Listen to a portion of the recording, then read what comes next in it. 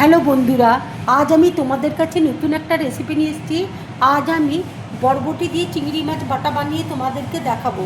এই চিংড়ি মাছ বাটা করতে দেখো আমার কী কী লাগছে, তোমাদেরকে দেখো দেখিয়ে দেবো। এখানে দেখো বরবটি ঠিক এই রকম সাইজের দেখো কেটে নিয়েছি। চিংড়ি মাছ দেখো ভালো করে ধুয়ে নিয়েছি।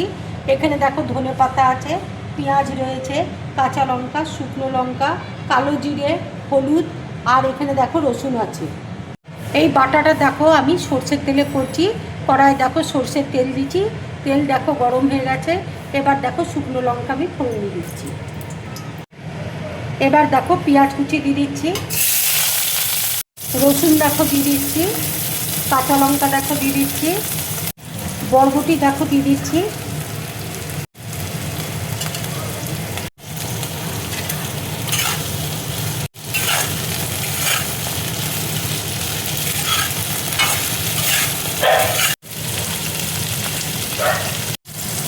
এবার দেখো চিংড়ি মাছ দিয়ে দিচ্ছি।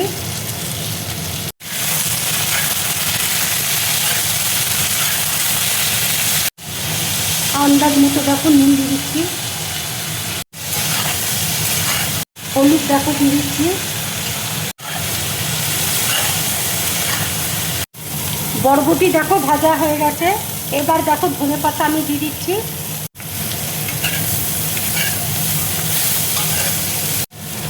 রান্নাটা দেখো হয়ে গেছে। এবার আমি গ্যাসটা অফ করে দিচ্ছি।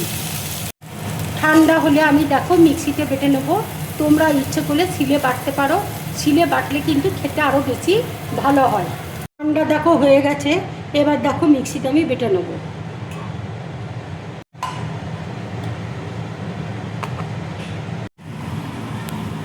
মিক্সিতে দেখো বেটে নিয়েছি। কড়াইয়ে দেখো তেল দিয়েছি, তেল দেখো গরম হয়ে গেছে। এবার দেখো আমি কালো জিরে ফোড়ন দিয়ে দিচ্ছি।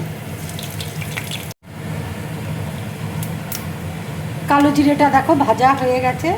এবার আমি বাটাটা দেখো দিয়ে দিচ্ছি।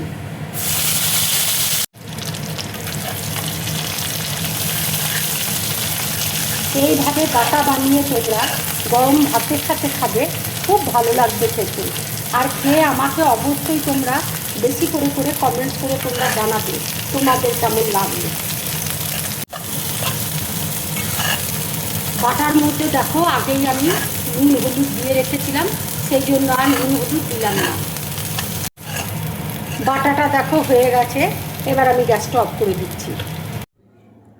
বাটার এই রেসিপিটা যদি তোমাদের ভালো লাগে তাহলে লাইক করবে, শেয়ার করবে, আর ড্রিম ব্লগ চ্যানেলটাকে সাবস্ক্রাইব করবে। তোমরা বেশি করে করে কমেন্টস করবে, তাহলে আমার খুব ভালো লাগবে। নমস্কার।